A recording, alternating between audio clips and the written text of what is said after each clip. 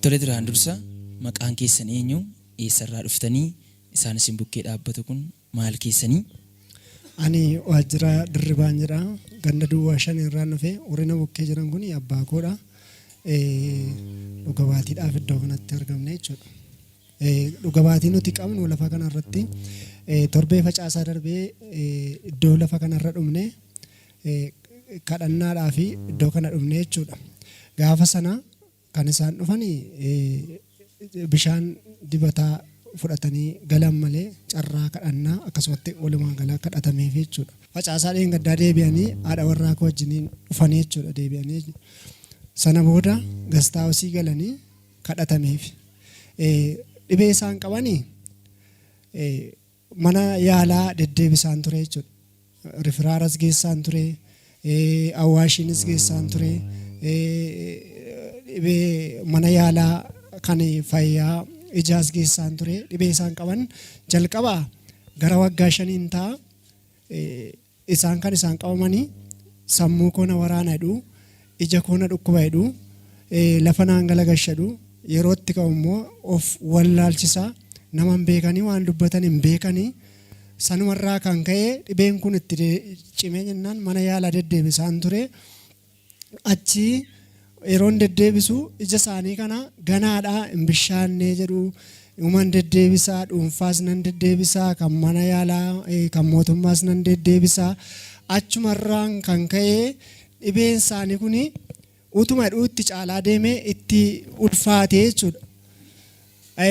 Kana booda maal hin godhanii waan goon wallaallee utuma deddeebisnuuti meeshaa sammuu ittiin qoratanii ilaalanii gaafa jedhanii lafee isaanii kana sammuu isaaniitu nyaatamee dhume jedhan. Dura isaantu ganaadha jedhaniitu dheeressaa turan. Mana yaalaa dheeressaa ture jechuudha. Isaantu dheeressaa ture maaliif ganaadha jedhuus. Nuti uma deddeebisna isaantu ganaadha jedhee deddeebisaa ture. Eessatti geessan mana yaalaa? Nuti rifiraaraadha kan irra caalaa kan deddeebifne mana kiimii guddaa asittis deddeebisaa turre, kan ijaa achis deddeebisaa turre. Sana booda ammoo itti cimee jiran iji isaanii kan inni garanaa kun utuma bokokkeetu irratti guddate. Sana booda dookteriin nutoo hin sodaanne ittiin buunu ija isaanii kana lafee isaanii keessatti hixii wayii biqileera, lafee isaanii nyaatee fixe waan ta'eef nuti ittiin bu'uu hin dandeenyu. Baqaqsuun sodaatanii jechuudha lafeen sammuu keessaa nyaatamee dhumeera waan ta'eef. Baqaqsuu hin sodaanne nuti ittiin buunuu jedhame. Achi booda maal godhanii jimmatti rifeer godhanii siidii wayii qabu turanii ammallee fidanii dhumne malee kan achitti barreeffameef qabu turanii jechuudha.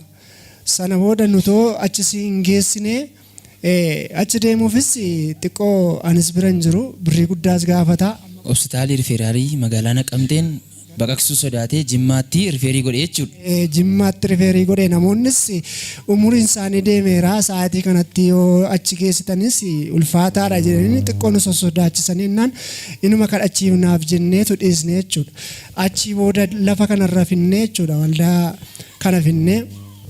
Isa gaafa sanaa bishaanuma zayitii kadhataa fudhatanii galanii ittuma dibatanii kadhachaa turanii dhibeen isaanii ittuma fooyya'aa deeme. Dur na waraana jedhu hin ciisanii aadaa buluu sammuu isaanii kana hin hidhatu. Sana booda milikkita argisiisaa deemennaan facaasaa dheengaddaa haati warraa koo fiddee dhufte jechuudha. Gastaa hosii qabatanii kadhatanii fi sana booda hafuura hamaa akka ta'es toshii akka ta'es budaa akka ta'es itti dubbatameera naan jette isheen jechuudha. Achi kadhatamee fi isaanoo ganamas galgalas deebisanii kadhatanii fi sanumaan eddasii akka isaan biyyatti hin galle godheen bira turseen sana booda nagaa ciisanii bulanii sammuu koos na waraana hin jedhanii isa wallaalchisus eddasii of wallaalchisu. Sabni kana dhageessan argeessan mataa gararraatti walitti reebaa Waaqayyoof galata guddaa isaa fidaa. Ammallee lillee keessanitti dabalaa Waaqayyoof. Egaa dhibeen isaanii dhibee baay'ee ulfaataadha. Dhibee ijaaf sammuudhaan wal qabatudha. As manni yaalaa magaalaa Naqamtee rifeerii yoo opereeshinii goone hin sodaanna jedhanii rifeerii gara Jimmaatti barreessanii. Dhibeen kun yeroo ammamiif irra ture? Dhibeen kun yoo xinnaate waggaa 5 irra ture. Yeroo sana utuma deemaniitu iddoo ta'etti kufanii sanumaan qabamanii isaan ittuma cimaa deeme sammuudhuma koo jedhu achumaan darbee ijaan qabamanii bakka irra tureera gara waggaa 5 yoo xinnaate. Waggaa 5 isaa ol irra tureera. Kana kan ta'a. Garuu manni yaalaa asii dadhabee rifeerii gara Jimmaatti godhanii sun immoo amantanii gara waldaa kanaa fiddanii gastaawusii qabatanii namni waaqayyo raajii eebbaan kadhatanii fi ergasii kaasee amma dhibee kana tokkoyyuu waan himatan hin qabanii rifeeriin kun karaatti hafee. Eddasii karaatti hafee nuti hin dhiisnee waaqumatu fayyisa jennee dhiisnee lafa kanarra dhufanii hin fayyanii bakka eddasii fayyanii ciisanii bulanii nagaa argatanii. Sabni kana dhageessan harkeessan mataa garraatti walitti reebaa waaqayyoof galata guddaa isaa fida. Tole abbaa isaan waa'ee dhukkuba keessanii waan baay'ee dubbataniiru mee waggoota 5 kana keessatti maal gochuu dandeessan dhibeen kun akkamiin godha?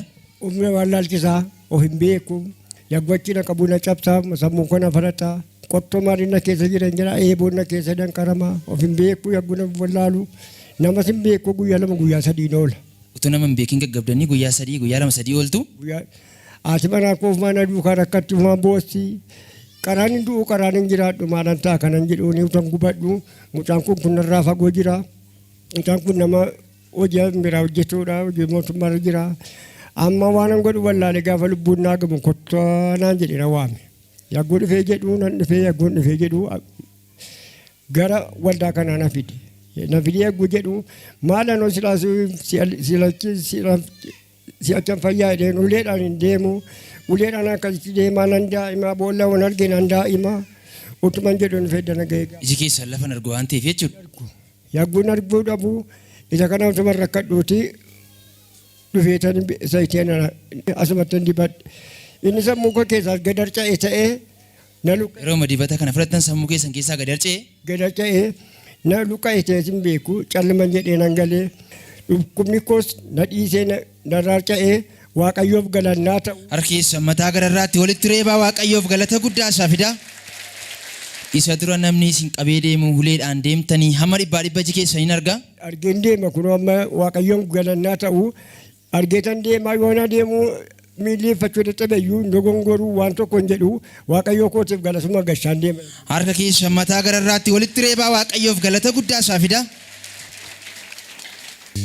Dhugaatii salamaffaa kanan qabu immoo bishaanuma dibataa isaan fudhatanii galan kana mucaa kootu mucaa an qabutu waggaa 2 ol kan ta'e mataa ishee kuni utuma taa'uuti madaa'ee dhume jechuudha. Xos jedhee madaa'ee dhume. Callisee madaa'ee. Akkasumatti madaa'ee utuma innuu waan goon wallaallee qoricha sitti dibnee dadhabnee mana keessa geessinaan hin didee jennaan. Manni yaalaa maal ittiin jedhee? Ilaalee maqaa qoricha waan dibamu fa'aa kennaaf malee waan furmaata kenneef hin qabu jechuudha. Sana booda anoo waan godhu wallaalee mataa ishee sana irraa haanneetu mataan ishee dhalootumaa kaasee baay'ee dheeraadha ture. Irraa aduu jibbinee waan goonu wallaallee sana booddee gaafa itti cimee jedhu irraa haannee jechuudha. Dhiisuu didee innoo ittuma caalee nooqxii bakka nagaan argattu waan goonu wallaallee. Isuma amma mataa ishee sun biqilee jedhemmoo xosxosedhaa ofooqxi bakka ommadeessiti. Sana booda bishaan isuma isaanii zayitii isaan dibataa isaan fuudhanii asii galanii itti dibeetanii iddoo madaa sanatti dibeen sana booda innoo milikkita argisiisaa deeme jechuudha. Achi haati warraa koo gaafa isheen asii dhuftee hafuura budaa akka ta'es hafuura toshaa akka ta'es isheetti dubbataniiru akka isheen natti himtetti jechuudha. Guyyaa gaafa isaaniif kadhatame sana waa'ee mucaa keessanii moo waaqayyo dubbate? Waaqayyo ishee akka mucattiin sun kanaan qabamtee jirtu haadha warraa koo sanatti dubbateera jechuudha. Eddasii inni madaan sunis irraa harca'ee irrumaa folloqee amma natsaa ta'eetu iddoon sun fayyee jechuudha. Sabni kana dhageessan waaqayyoof galata guddaa isaa fidaa. Guyyaa gaafa sanaa waaqayyoo fayyina 2 isinii raawwatee mucaa keessan inni waggaa 2 mataa irraa fixee mataa ishee xos jedhee zimmedhee madaa'u kan manni yaalaa furmaata dhabee dibatuma lafa kanaa fudhatamee galee gaafa sanaa itti gootanii namni waaqayyoo raajii eebbaanis sagalee raajummaan isinitti dubbatanii hamma mucaa keessan fayyitee dhibeen tokko irra hin jiru 100% nagaadha. Amma 100% nagaadha iddoo isin irraa folloqee mataatti deebi'aa jechuudha. Hamma illee keessan walitti buusaa waaqayyoof galata guddaa isaa fidaa. Gooftaan isin eebbisu dhugaatii kan biraa qabadhaa kottaa Nooraa.